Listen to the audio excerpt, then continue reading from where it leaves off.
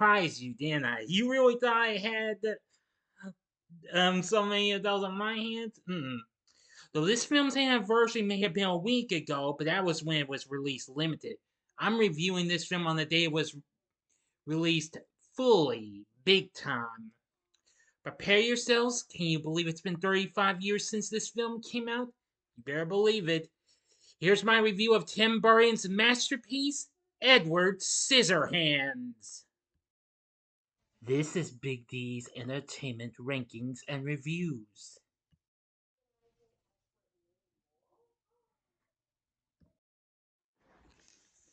So, greetings, my fellow YouTubers, and welcome again to Big D's Entertainment Rankings and Reviews. I'm the Big D, and this time around I bring to you a review of the 1990 gothic romantic fantasy flick, Edward Scissorhands, released by Fox, directed by Tim Burton, who also produced the film with Denise Denelvi and written by Caroline Thompson from a story written by her and Burton. Starring Johnny Depp as the title character, along with Winona Ryder, Dianne Wiest, Anthony Michael Hall, Kathy Baker, Vincent Price, and Alan Arkin.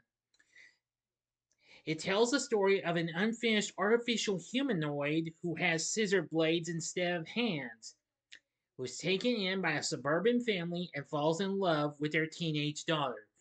The film originally was released in limited release December 7th, 1990, but however, today is the anniversary when it was released fully and what have you.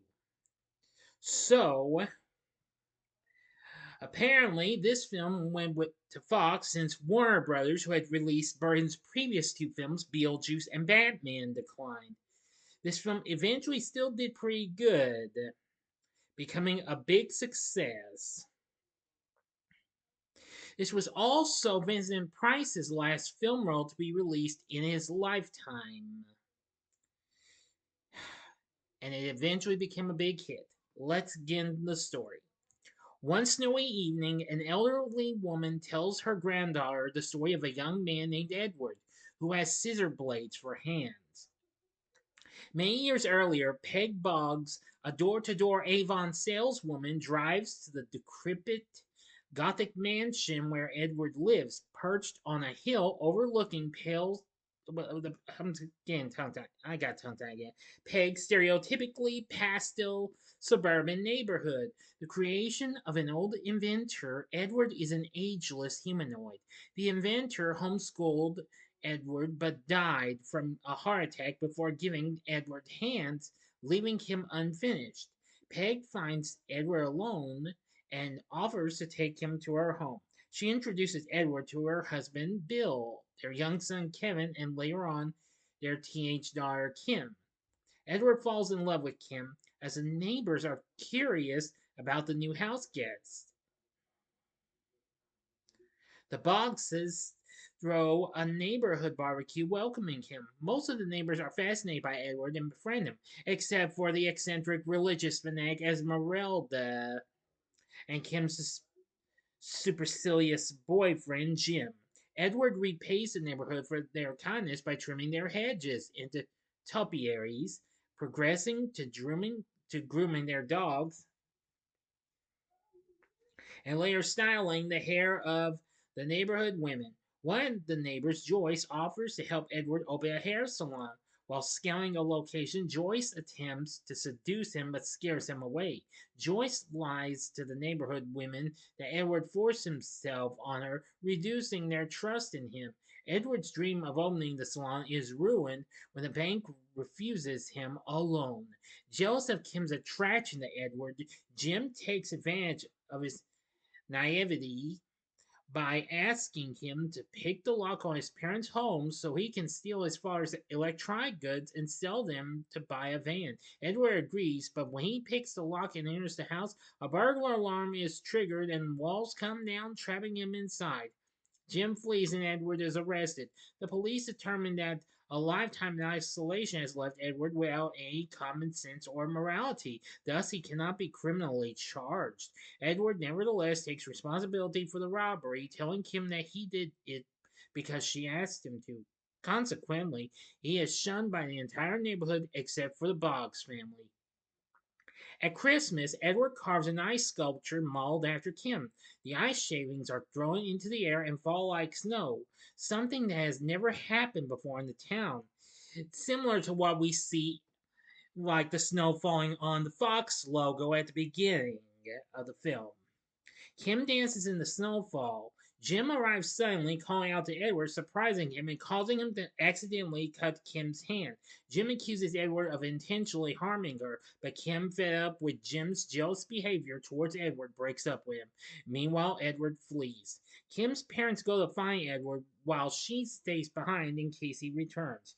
Edward returns, finding Kim there. She asks him to hold her and arranges his scissor hands so they can embrace. Jim's drunken friend drives to Kim's house and nearly runs over Kim's younger brother, Kevin.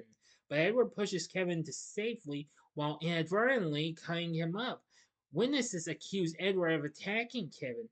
When Jim assaults him, Edward defends himself and injures Jim's arm before fleeing back to the inventor's mansion on the hill. Now for the ending. As always, you know the procedure. You have 5 seconds to sub this video at once. Go to the description box below and fast forward to the time below. If you've seen this movie already, please continue.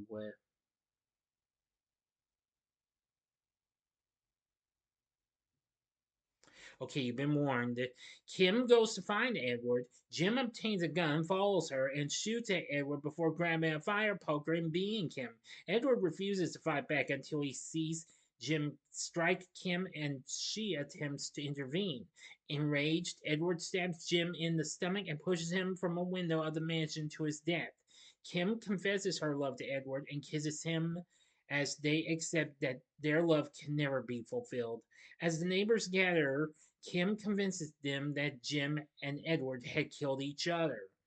The elderly woman, revealing herself to be Kim, finishes telling her granddaughter the story and says that she never saw Edward again, hoping that by staying away he would never remember her as she was in her youth. She believes he is still alive because it would not be snowing without him.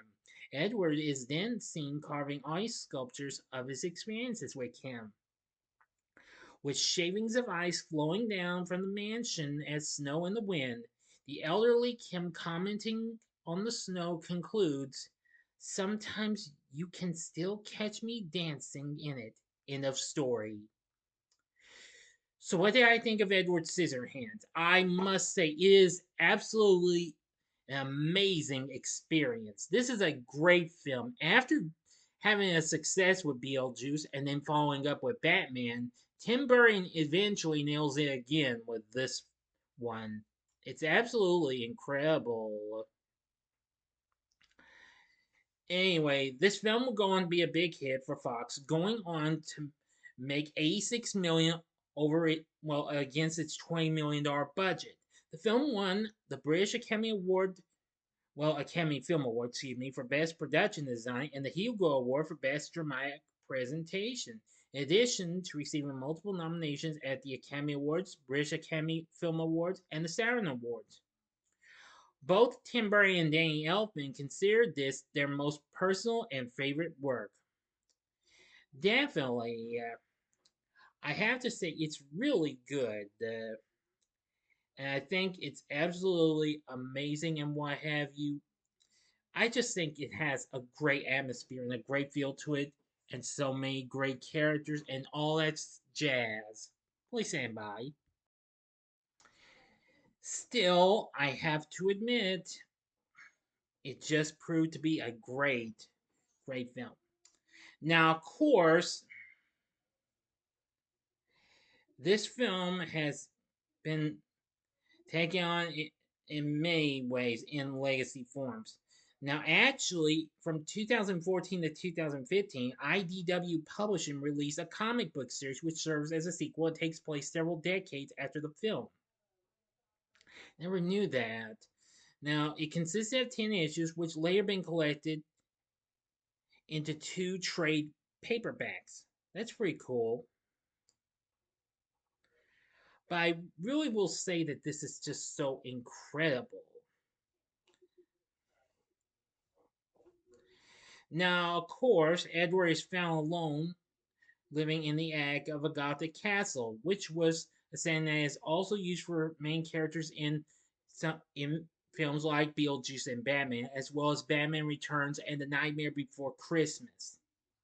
Edward Scissorhands, of course, climaxes much like Frankenstein from James Whale and Burton's own early short subject, Frankenweenie, which I've got to give it that props as well. Anyway, this eventually was so incredible. The film's got good reviews. It sits at 91% on Rotten Tomatoes, where they say the first collaboration between Johnny Depp and Tim Burton. Yes, this would be the first collab between those two. Of course, they later reteamed years later to do films like Charlie and the Chocolate Factory and Corpse Bride. The film is a magical modern fairy tale with gothic overtones and a sweet center. Metacritic has a score of 74, and Audiences Pub by Cinema Score gave this an A minus. Pierre Travers of Rolling Stone praised the piece by saying Burton's richly entertaining update on the Frankenstein story is the year's most comic, romantic, and haunting film fantasy. Praising Depp's performance, stating that he artfully expresses the fierce longing in gentle Edward. It's a terrific performance and the engulfing score from Danny Elfman.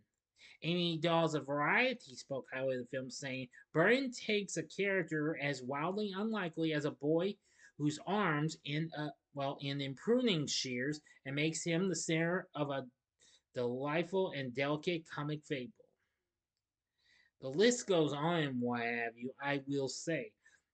The film is recognized by the AFI that in these two lists. In 2005, it was nominated for in AFI's 100 Years of Film Scores, and in 2008, it ranked in AFI's 10 Top 10 nominated for Fantasy Film.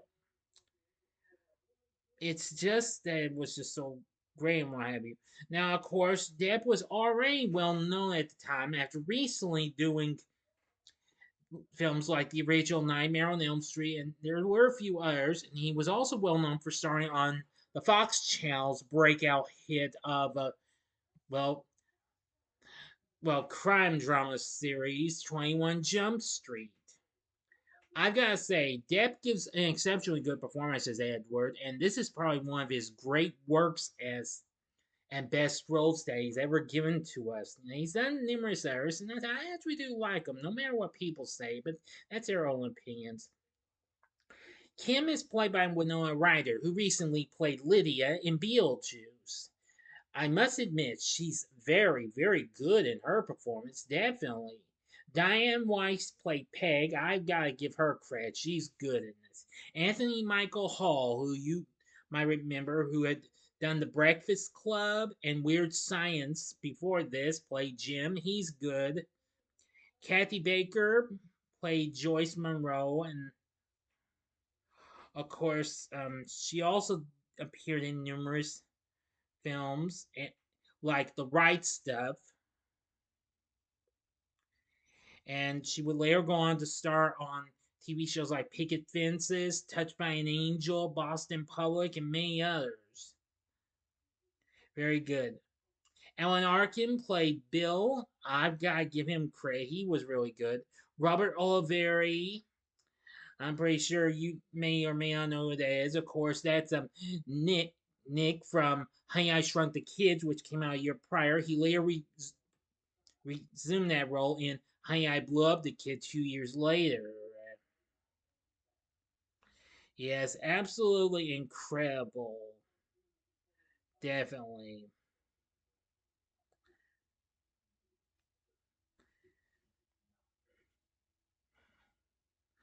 And of course, we have the late great Conchata Ferrell in one of her early performances as the character of Helen.